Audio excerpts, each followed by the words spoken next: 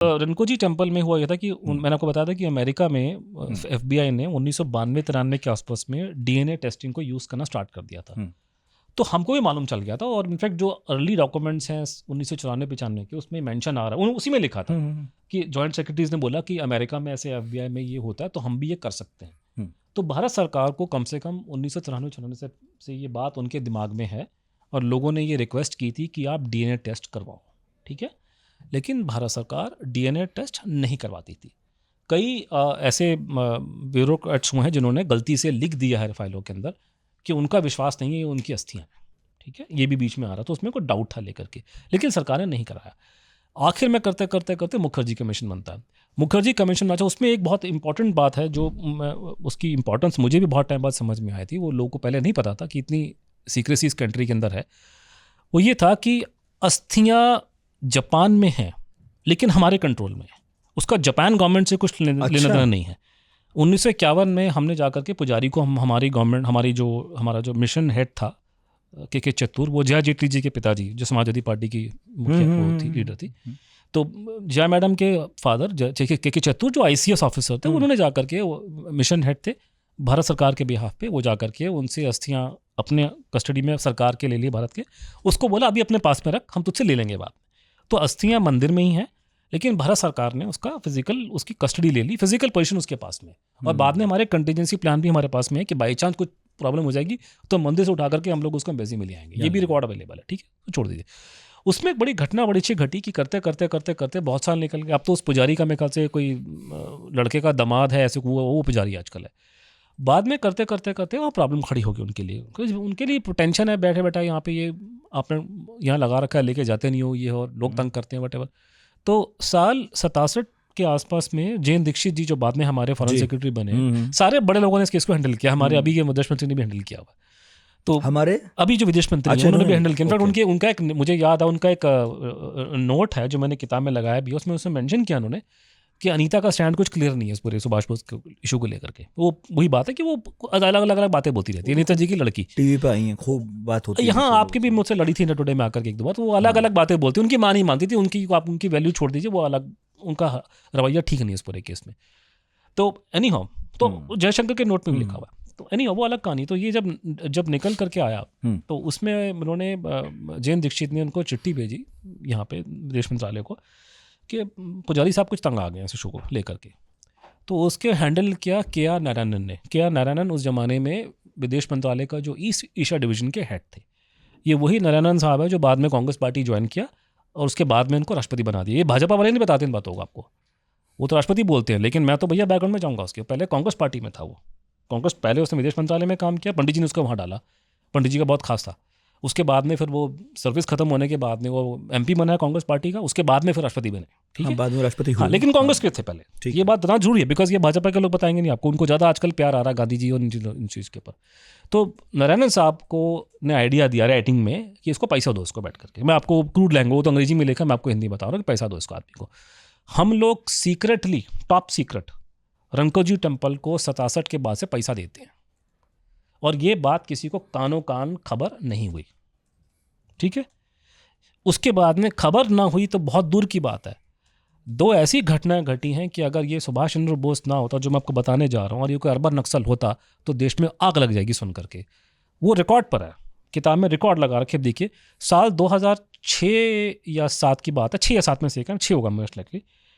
किसी ने पार्लियामेंट में सवाल पूछा कि क्या आप रनकोजी टेम्पल को पैसा देते हो, ठीक है।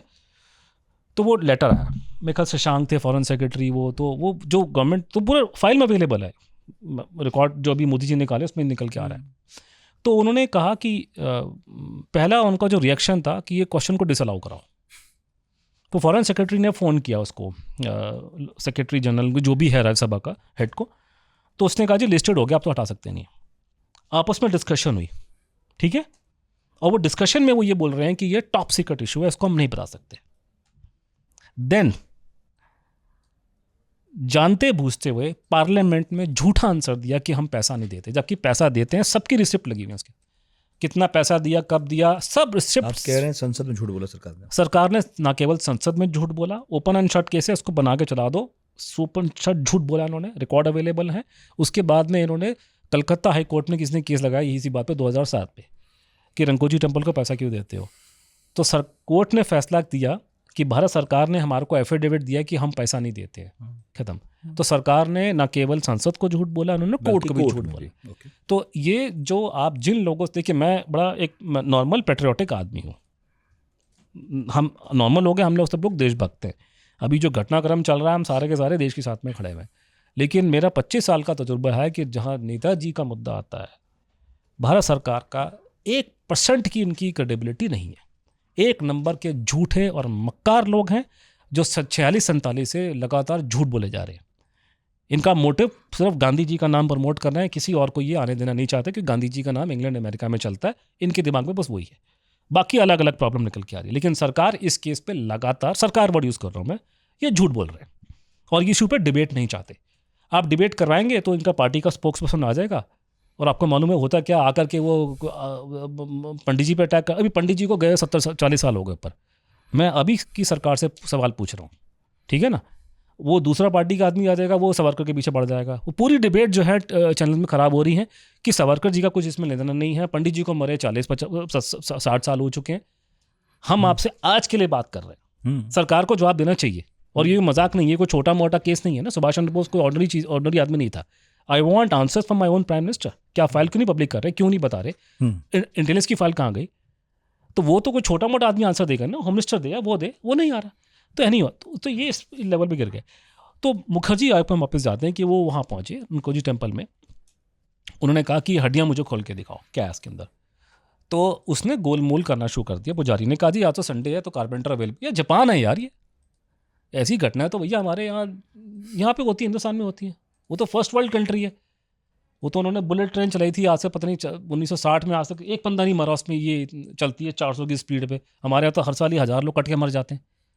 वो जापान है, कहते जी कारपेंटर नहीं अवेलेबल नहीं है। तो बेसिकली दिखाना नहीं चाहता था वो करके। चलो उन्होंने आदेश दिया उसको, जो एम्बेसी को, कि इसका ये जो डब्बे में रखा हुआ है इसको फ़ोटो खींच के मुझे भेजो। तो फिर वो दोनों अफसर थे, उन्होंने बाद में दोनों एम्बेसडर बने मेकल से, अभी रिटायर वेशन निकला। तो उनके सबके नाम है ना, ये सबके नाम अवेलेबल है, कौन कौन एम्प्लॉई था, जैन दीक्षित था, कौन, सबके नाम अवेलेबल है। तो उन्होंने फिर वो फोटो में खींच के 12-13 हाई रेजोल्यूशन उस ज़माने के हिसाब से 2003 के आसपास में, 2-3 के आसपास उन्होंने भेजी। जस्टिस मुखर्जी ने ये 4-5 जाने माने डीएनए एक्सपर्ट, यहाँ पे एक लालजी सिंह थे, आपको याद होगा, हैदराबाद CDFD के, उनकी डेथ होगी, इंडिया के जाने माने एक्सपर्ट थे डीएनए के। लालजी सिंह को दिखाई, टेरी मिल्टन अमेरिका में उसको दिखाई, जापानीज़ को दिखाई, और एक इंग्लैंड में बहुत जाना माना एक्सपर्ट था उसको दिखाई। सब ने मोटा मोटा लबोलबाब ये दिया कि ये हड्डियाँ जली हुई हैं, जो हड्डियाँ वहाँ पे हैं, और उनमें जली हुई हड्डी में डीएनए के होने के चांसेस नहीं। अमेरिकन एक्सपर्ट टेरी मिल्टन ने बोला, उसने भी स्टेटमेंट ये दी कि पॉसिबिलिटी नहीं होने की है, निकलेगा नहीं, लेकिन एट द सेम टाइम मैं ट्राई कर सकती हूँ और ट्राई करूँगी, अटैम्प्ट करूँगी, और मिथोकॉन्ड्रियल डीएनए टेस्ट हम कर सकते हैं। मिथोकॉन्ड्रियल जो मेरी समझ से है नॉर्मल पर्सन के हिसाब से, वो माँ से बेटी में आता है। तो आपको माँ की साइड से सैंपल चाहिए, तो नेताजी की बहन के साइड से सैंपल अवेलेबल थे, उनकी बहन की लड़की और बहन के एक पोते का खून का सैंपल मुखर्जी कमीशन का अवेलेबल था, तो मैटरनल साइड से अवेलेबल था। तो उसने कहा जी मिथोकॉन्ड्रियल टेस्ट हम कर सकते हैं, और वो मेरे ख्याल से तब और आज भी ज़्यादा पावरफुल माना जाता है कि वो ज़्यादा क्लियर कट होता है। तो इन्होंने वो बोला कि, तो टेरी मिल्टन ने कहा कि मैं टेस्ट करने को राजी हूँ, हड्डियाँ भारत सरकार की कस्टडी में हैं, और कमीशन को उसने वैसे एक कंडीशन पुट करी कि आप इनका एंथ्रोपोलॉजिकल एवैल्यूएशन करके मुझे दो हड्डियों का। तो बेसिकली हड्डियाँ वहाँ पे क्या है कि ना, बेसिकली जो सीधा नज़र आती है, ये लोअर जॉ बोन का तो पूरी है, पूरी ये वाली थोड़ी सी ऊपर के हैं, और ये स्कल के टुकड़े हैं, क्रेनियम जिसको कहते हैं, बिल्कुल सर के बीच में। तो जैसे अब किसी फॉरेंसिक उसको एंथ्रोपोलॉजिस्ट को दिखा दो, भाई ये हड्डी देख के क्या है, तो वो बता देगा कि आदमी है, आदमी वो तो दिखाई दे रहा है कि ह्यूमन रिमेन्स है। जैसे क्रेनियम के बारे में मुझे बेसिक चीज़ जो मुझे पता है वो ये कि अगर जो मेल है, फीमेल लंबी है, मेल छोटा है, तो क्रेनियम का ये जो पोर्शन है वो मोटा होता है, तो यू कैन ईजिली आइडेंटिफाई इन चीज़ों। अब वो स्टडी करेंगे, वो मालूम चल जाएगा कि आदमी कितना बुढ़ा है, कितना जवान है, भारतीय है कि अमेरिकी है, विदेशी है, नॉर्दर, ठीक है। अच्छा, बाय दिस टाइम जब जस्टिस मुखर्जी ने ये भारत सरकार को बोला कि आप टेस्ट करवाओ, टेरी मिल्टन जो है रेडी है, प्रोसेस स्टार्ट की जाए, इस टाइम तक मुखर्जी साहब को एविडेंस मिल चुका था कि ये अस्थियाँ एक जापानी सोल्जर की हैं जिसका नाम था इचोरो ओकुरा। उसकी बॉडी को नेताजी की बॉडी बना के फूका गया था, बिकॉज आपने एस्केप प्लान किया। आपने हुआ क्या था, वो जो प्लेन क्रश की थ्योरी नहीं, प्लेन क्रश नहीं घटा था, एक नकली स्टोरी प्लांट कर दी, 4-5 नकली 8-10 गवाह खड़े कर दिए, ठीक है, और उन्होंने एक बॉडी यूज़ करी, बॉडी की फ़ोटो ली लेकिन शक्ल नहीं दिखाई, और बॉडी को फूंक दिया और बॉडी का सुभाष चंद्र बोस जल गया, मर गया, ठीक है, और उसकी अस्थियाँ जा करके पकड़ा दी टेम्पल वालों को। लेकिन वो रिकॉर्ड में क्लियरली आ रहा है कि वो अस्थियाँ इचोरो ओकुरा नाम के एक जापानी सोल्जर की अस्थियाँ, ठीक है। अब ये है कि मुखर्जी साहब ने फिर उनको सरकार को बोला कि आप टेस्ट कराओ, अलाउ करो। तो उस तो गवर्नमेंट के रिकॉर्ड में तो गवर्नमेंट, आप मुझे सवाल पूछेंगे तो सरकार टेस्ट नहीं चाहती, किसने रोका? करवाओ, सरकार ने नहीं करवाया। एक जगह सरकार के किसी नोटिंग में जिक्र आ रहा है कि अगर टेस्ट करवाते हैं, अगर तो पॉजिटिव हो गया तो ठीक है, लेकिन नेगेटिव अगर हुआ तो मारे जाएंगे।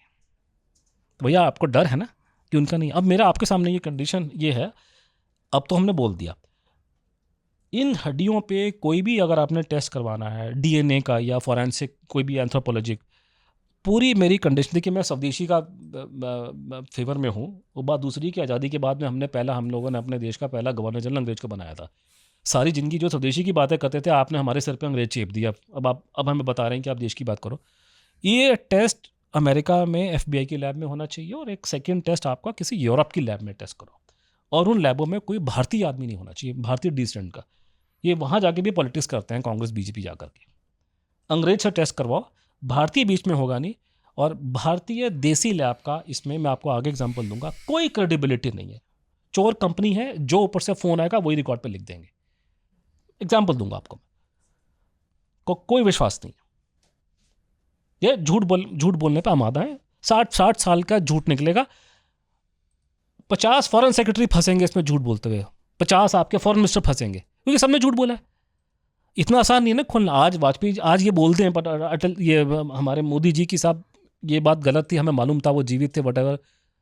लोग पूछेंगे ना कि अडवाणी जी ने क्या किया, फिर अटल जी ने क्या किया, तो ये सब पे गले पड़ेगा। ये एक आदमी का केस नहीं है पूरे, क्योंकि सिस्टम ने लगातार आपको झूठ बोला, करते करते करते 60-70 साल हो गए हैं। कोई इसका वोट बैंक नहीं है, कोई इस पर इलेक्शन नहीं लड़ने वाला, कोई वोट तो सुभाष बोस के नाम पे देगा नहीं। तो किस बात का, क्या क्यों बेकार पंगा मोले, ऊपर से और बैठे बैठे कॉम्प्लिकेशन खड़ी हो जाएंगी आपकी फॉरेन कंट्रीज़ के साथ में। तो ये इशू है। तो ये कि सरकार DNA टेस्ट नहीं चाहती। और आपको अगर थोड़ी समझ हो हमारे मोदी जी की साइकोलॉजी की, एक आपको याद होगा, एक वो श्यामजी वर्मा नाम के बहुत बड़े हमारे फ्रीडम फाइटर थे हमारे, उनकी डेथ फॉरेन में हुई थी। उनकी अस्थियां जब बाहर पड़ी हुई थी स्विट्जरलैंड में, मुझे याद नहीं आ रहा कहाँ पर, लेकिन मोदी जी अमेरिका में थे शायद, वहाँ थे। नहीं, यूरोप में था कहीं, अमेरिका नहीं था, यूरोप में था। यूरोप में मेरे स्विट्जरलैंड के आसपास कहीं होगा, यूरोप में था, it was not in America. तो मोदी जी जब मुख्यमंत्री थे अपने गुजरात के, तो मोदी जी वहाँ जा करके अपने सिर पे रख करके उनको वहाँ लेकर आए थे। इस आदमी का वो सेंटिमेंट है, ठीक है, और उनका सेंटिमेंट स्ट्रॉन्ग नेताजी के लिए बहुत ज़्यादा है। जब से गुजरात के CM थे तब की बात कर रहा हूँ। बॉस, सुभाष बोस की अस्थियाँ जापान में पड़ी होती ना, तो मोदी जी सर पे ला करके उसको पूरे देश में घुमा करके उसको संस्कार करवाते हैं आराम से। कोई रोक टोक नहीं है, सब कहने की बातें हैं। सरकार की फाइलों में झूठा लिखा है कि हम अस्थियाँ लाना चाहते हैं, लेकिन हम लेकर नहीं आते, क्योंकि बंगाल के लोग का 90% को सुभाष बोस में कोई धेले का इंटरेस्ट नहीं है।